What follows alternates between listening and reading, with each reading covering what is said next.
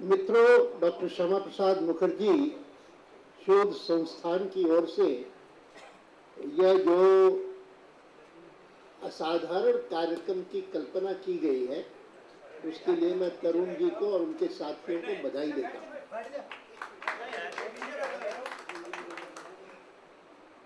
मैं स्वयं स्मरण करता हूँ कि 47 में जब स्वतंत्रता मिली थी तो आरंभिक वर्ष कितने शिक्षाप्रद थे। यूँ तो मैंने 47 से लेकर के आज तक की भारत में लोकतंत्र के विकास, राजनीति के विकास को प्रत्यक्ष देखा है और आरंभिक 10 वर्ष जब लोकतंत्र की स्थापना हुई और विश्व के बहुत सारे लोगों ने कहा कि भारत में लोकतंत्र कैसे सफल होगा, कि जहाँ पर करोड़ों लोग अपना नाम तक नहीं लिख सकते और अंगूठा लगा करके हस्ताक्षर करते हैं, वहाँ पर लोकतंत्र सफल कैसे होगा। ठीक है, नेहरू जी जब तक हैं तब तक चलेगा। और उन दिनों में इसकी चर्चा कम होती थी कि नेहरू जी के बाद कौन होगा। इसकी चर्चा ज़्यादा होती थी कि नेहरू जी के बाद क्या होगा, what after Nehru. Who after Nehru इतना नहीं था जितना कि व्हाट आफ्टर नेहरू, क्या लोकतंत्र बचेगा, ये जो संविधान उन्होंने बनाया है वो फिर भी चलेगा। आज कोई नहीं कहता, लेकिन उन दिनों में ये सारी बातें होती थी। और मैं स्वयं याद करता हूँ कि पत्रकार के नाते जब मैं चाइनीज आक्रमण के बाद 62 के बाद दिसंबर 62 में मैं लद्दाख गया था, लेह पहली बार गया। और लेह ही नहीं तो हम जो 12 पत्रकार वहाँ गए थे, 6 पत्रकार भारतीय थे, 6 पत्रकार विदेशी थे। उन सबको वे चुशूल ले गए, जिंगराल ले गए, जितने सारे क्षेत्र थे अलग अलग वहाँ सब जगह ले गए। और वहाँ हमको देख करके उनको ताज्जुब होता था। उन्हीं दिनों में दुनिया के कई सारे देशों ने भारत की सहायता की थी चीन के खिलाफ। हमारे यहाँ पर स्नो किट्स भेजे थे कई देशों ने, और हम जो पत्रकार थे, हम पत्रकारों को वो स्नो किट्स दी गई थी कि आप पहन के जाओ, आपको सर्दी लगेगी बहुत, और वहाँ कुछ खाने को मिलता नहीं है, अपने साथ डिब्बे ले जाओ कुछ खाने के लिए। ये सारी बातें थी। लेकिन हमको वो देखते थे सैनिक, खास करके जो तमिलनाडु के थे, जो आर्टिलरी में ज़्यादा थे, तो उनको तो बहुत भयंकर सर्दी लगती थी, कपड़े भी पूरे नहीं थे, जूते भी पूरे नहीं थे, और हमारे पास इतने बढ़िया ड्रेसेस, उसको देख करके हमको शर्म आती थी सचमुच। और तब पहली बार एहसास हुआ कि भारत के सैनिकों की जितनी चिंता होनी चाहिए देश को, शासन को, उतनी नहीं है। यह समय वो था जब उस समय के रक्षा मंत्री ने एक बार एक स्टेटमेंट दिया था, मैं कभी भूल नहीं पाता हूँ, it is immoral for India to maintain a large army.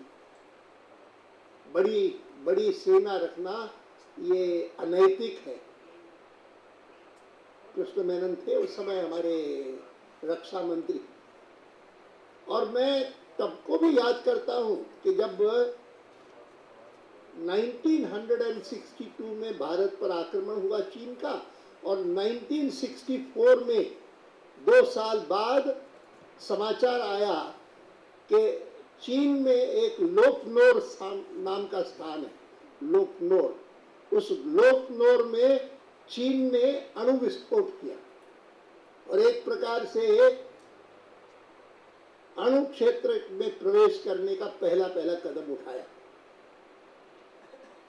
चीन के इस निर्णय के कारण ही वाराणसी में भारतीय जनसंघ का एक राष्ट्रीय परिषद का अधिवेशन हुआ, जिसमें भारतीय जनसंघ ने पहली बार प्रस्ताव पारित किया कि हम इस मत के हैं कि भारत को भी अपना एक न्यूक्लियर डिटरेंट तैयार करना चाहिए, भारत को अणु बम बनाना चाहिए। ये पहली घोषणा 64 के चीन के निर्णय के बाद भारतीय जनसंघ ने की, और भारतीय जनसंघ की उस समय आलोचना होती थी। हिंदुस्तान के सब पॉलिटिकल पार्टीज वो कहती थी ये गलत बात कह रहे हैं। नेहरू जी की नीति सही है कि अणु शक्ति का उपयोग केवल मात्र पीसफुल कामों के लिए हम करेंगे, शस्त्र नहीं बनाएंगे, ये उनका कहना था।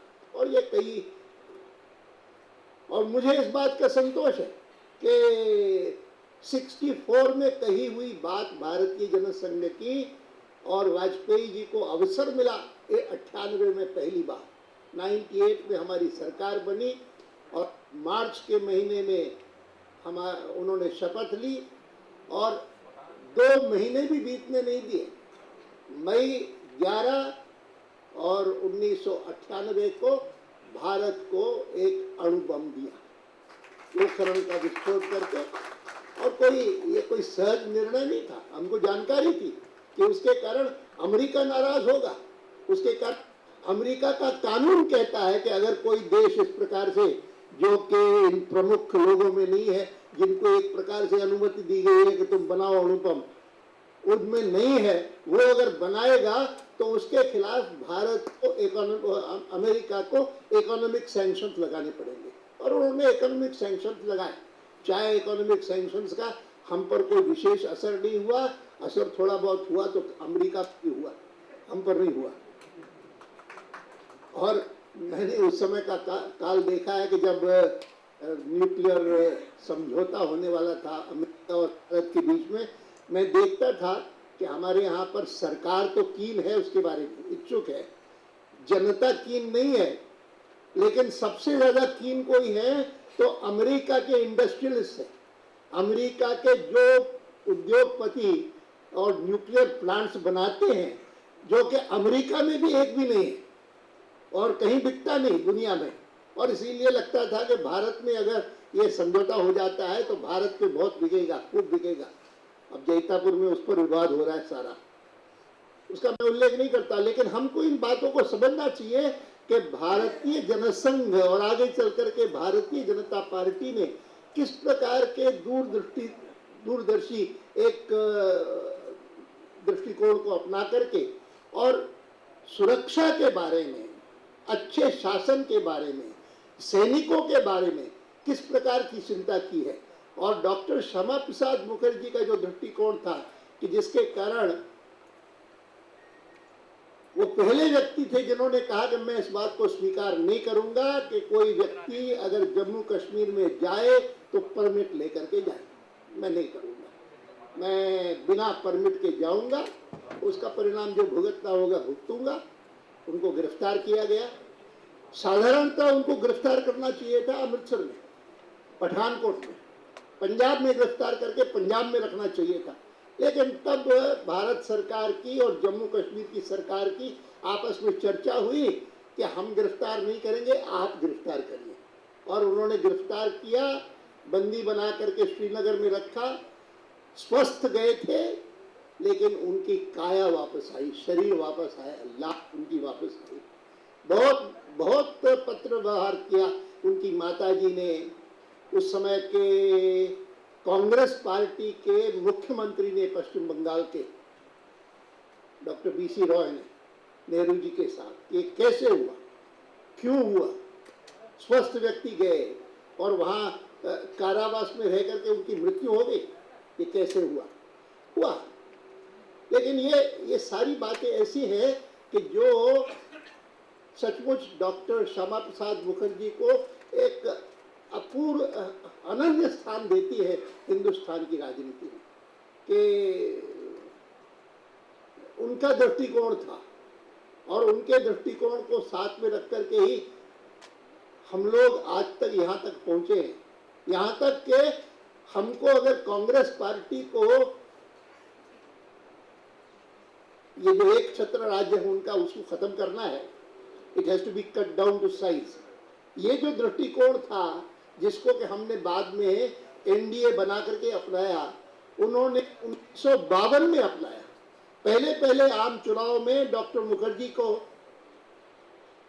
कितने लोगों को जानकारी है कि पहले आम चुनाव में जनसंघ के कितने लोग चुने गए? 3, 2 जिनमें बंगाल के थे, 1 राजस्थान का था। वो जो 2 बंगाल के थे उनमें 1 डॉक्टर मुखर्जी थे और एक बैनर्जी थे कि जो दुर्गाचरण बैनर्जी था। तो वो, लेकिन 3 होते हुए भी उन्होंने एक नेशनल डेमोक्रेटिक फ्रंट बनाया जिसमें 21 लोग थे और जिनमें गणतंत्र परिषद के लोग थे और भी कई लोग इंडिपेंडेंट्स थे। कई लोगों को मिला करके एक नेशनल डेमोक्रेटिक फ्रंट बनाया। और 98 में जब वाजपेयी जी की हमारी विजय हुई, हम सबसे बड़ी पार्टी बने और कई पार्टियों ने हमारा साथ देने का निर्णय किया और एक गठबंधन बन गया। तो चर्चा हमारी जब हुई कि इसका नाम क्या रखा जाए, तो हमने कहा कि और नाम क्यों खोजे, जो डॉक्टर मुखर्जी ने 52 में तय किया उसमें से खाली फ्रंट बदल देते हैं। फ्रंट का भाव होता है कि ये अस्थायी व्यवस्था है, एडहॉक व्यवस्था है। तो उसके स्थान पर हम फ्रंट में कह करके नेशनल डेमोक्रेटिक अलायंस इसका नाम रखे, एनडीए करके। और एनडीए उस प्रकार से बनी, प्रेरणा डॉक्टर श्यामा प्रसाद मुखर्जी की थी, उसके आधार पर हमने बनाई। मैं ये कह सकता हूं कि वो भी प्रेरणा उनकी थी और सैनिकों की चिंता करने की भी प्रेरणा उनकी थी। और ये दोनों बातें ध्यान में रख करके और शोध संस्थान ने ये कार्यक्रम बनाया है कि आप लोग जाओ, जाकर के और सीमा की स्थिति देखो, सैनिकों की स्थिति देखो और उसके आधार पर एक रिपोर्ट तैयार करके साल भर के बाद और प्रस्तुत करो। उसके आधार पर जो भी करना जरूरी होगा वो हम करेंगे। मैं आप सभी का धन्यवाद करता हूं और इस कार्यक्रम में भाग लेने वाले जितने लोग हैं उन सबका अभिनंदन करता हूं और विश्वास करता हूं कि आप में से भी सभी लोग कोई न कोई अवसर निकाल करके यह जो 11-12 स्थान हैं जो चुने गए हैं सीमा पर, उनमें से कहीं ना कहीं जाएंगे, जाकर के देखेंगे कि क्या स्थिति है। जरूर जाना चाहिए। इतना ही आपसे निवेदन करता हुआ एक बार पुनः आप सबके साथ आपको आह्वान करता हूं कि हमने जो अभी फिल्म देखी उसके आधार पर हम सब लोग मिल करके कहें वंदे मातरम, वंदे मातरम। बहुत धन्यवाद।